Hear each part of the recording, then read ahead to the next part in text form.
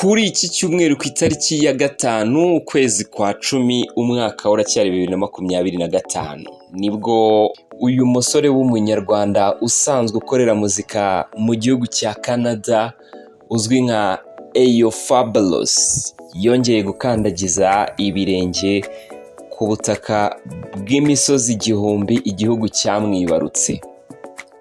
Uyu ni umwe mu basore b'abanyarwanda bakorera muzika muri diaspora, ubusanzwe yitwa Mugisha Fabrice ariko akaba azwi cyane mu muziki nka Ayo Fabulous. Byari ibyishimo yaba kuri we, ku muryango we ndetse n'inshuti n'abandi bantu batandukanye bari baje kumwakira ku kibuga cy'indege cya Kigali i Kanombe.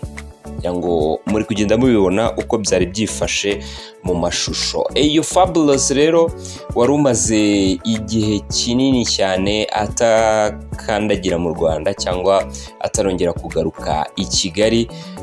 Kuri iyi nshuro yavuze ati reka nongere nsubireyo, hariya ni mu rugo.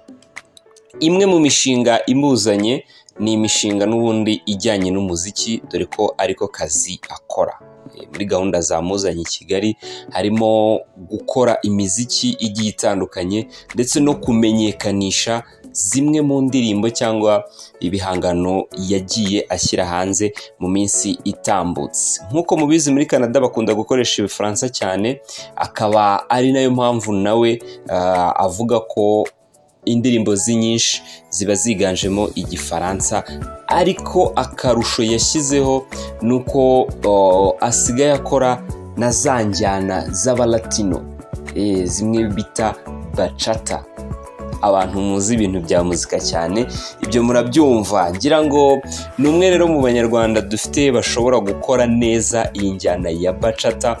We akaba avuga ko ari uburyo yahisemo bwo kugira ngo arusheho kwigarurira cyangwa kwagura muzika ye hariya muri Canada kugira ngo yumvwe na benshi cyangwa igere kuri benshi birushijeho, dore ko iyi njyana ari imwe mu zikundwa cyangwa mu zikurikirwa n'abantu benshi hariya. Mu bantu bagiye batandukanye baje kumwakira harimo umuraperi Khalfan, ngira ngo muri kumubona mu mashusho, ndetse na producer Aizo.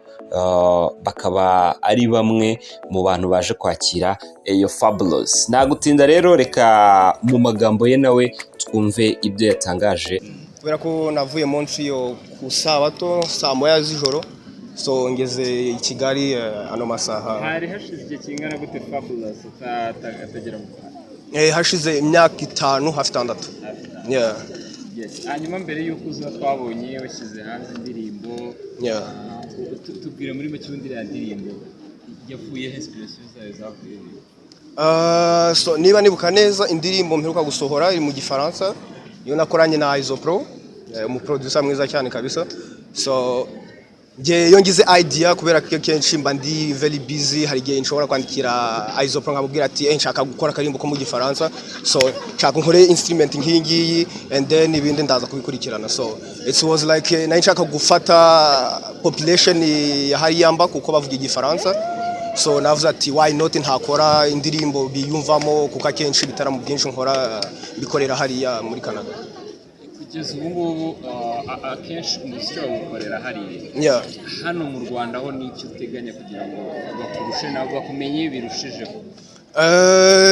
Ndasabwa gukora amakolabo menshi hamwe n'aba artist ba hano mu Rwanda, ariko nyine bisaba igihe bisaba gukora. So ndimo ndakora cyane, and then nje hano mfite hano ibyumweru 2 gusa, so ndagerageza no gushaka uburyo nkoramo amakolabo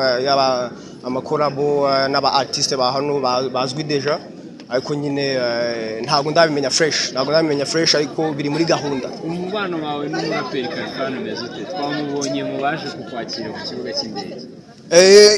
Umeze fresh, ntago nari nakagize n'amahirwe yo kumubonaho, still nawe ntago ndi no kumubona hano hafi, ariko nyine ntago ari umuntu tuvugana cyane, ariko I would like n'umuhanzi nemera cyane yakora indirimbo zimeze fresh sana. So I would like no gukora collabo hamwe nawe, so it's a wish.